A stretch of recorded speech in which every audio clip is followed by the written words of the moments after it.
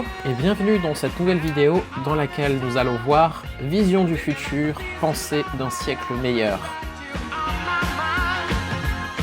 J'ai un principe, je me concentre sur quelque chose et ce n'est que sur les 20 derniers pourcents où je me rends compte de comment est-ce que ça se matérialise.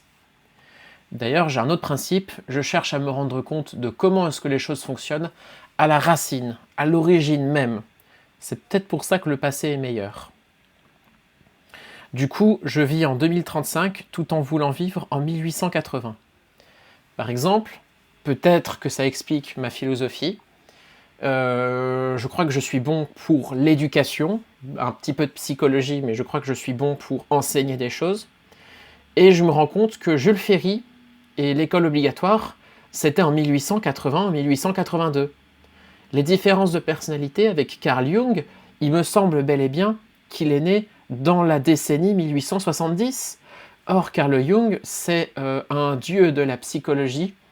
Alors, on va utiliser de bons termes. Il s'est vraiment intéressé à la psychologie sur toutes ses us et coutumes.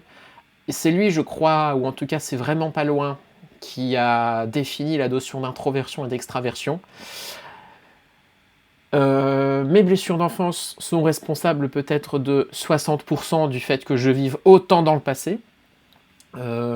Tout comme certains, pour se protéger émotionnellement, ne parlent que très peu, d'ailleurs on les voit que très peu aussi dans la vie. Et bien moi, pour me protéger, visiblement, j'ai voulu aller dans le passé, et puis vu que ça a bien marché, j'ai forcé à 40%, par rapport au fait que, du coup, là, ce soit 1880. Du coup, mes projets entrepreneuriaux, 140 ans de décalage, du coup, il faut trouver un lieu géographique qui puisse accéder à ça.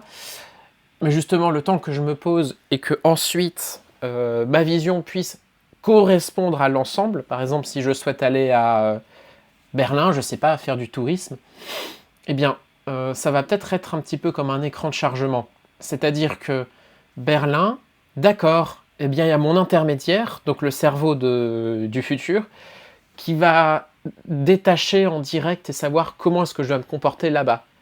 Parce qu'effectivement, vivre en 1880, je ne suis pas sûr que je vais pouvoir payer avec des tickets des années 1880.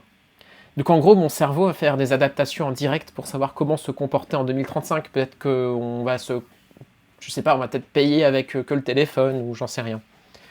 Du coup, mon cerveau, à force de me promener dehors, va déchiffrer en direct, telle une intelligence artificielle, comme c'est la mode de le dire, en mode super humain. Voilà, donc merci ChatGPT. Les grands dirigeants, alors les grands dirigeants, ça peut faire effet à différentes catégories, mais grosso modo, les gens décisionnaires, par exemple en 2025, nous avons Emmanuel Macron ou alors Delphine Ernotte, je vous invite à chercher qui est Delphine. Eux n'ont pas 140 ans de retard, mais peut-être 20 à 30, parce que le but c'est quand même de se baser sur le passé pour définir le futur et surtout appliquer des plans. Quand on applique des plans, on s'est servi d'une vision du monde d'avant pour appliquer des choses nouvelles, mais en direct, en plein milieu, on ne s'intéresse pas à comment est-ce que ça marche. Et du coup, ces gens-là ont peut-être 10 ans d'avance, peut-être 15 ou 20 ans dans leur tête, donc peut-être qu'ils vivent en 2045 justement pour l'application du plan.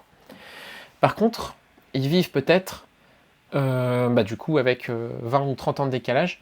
Pareil, ça sert de protection émotionnelle. Imaginez toutes les personnes qui vont manifester, et bien là, il faudra avoir suffisamment de recul pour que la personne, par exemple, si nous sommes en 2025, en 1995, par exemple, elle ne comprendrait pas, par exemple, pourquoi est-ce que ces gens manifestent. Il n'a pas assez de culture, il y a 30 ans de décalage, donc il ne comprend pas du tout le contexte local du fameux 30 ans. Merci d'avoir regardé cette vidéo et à bientôt.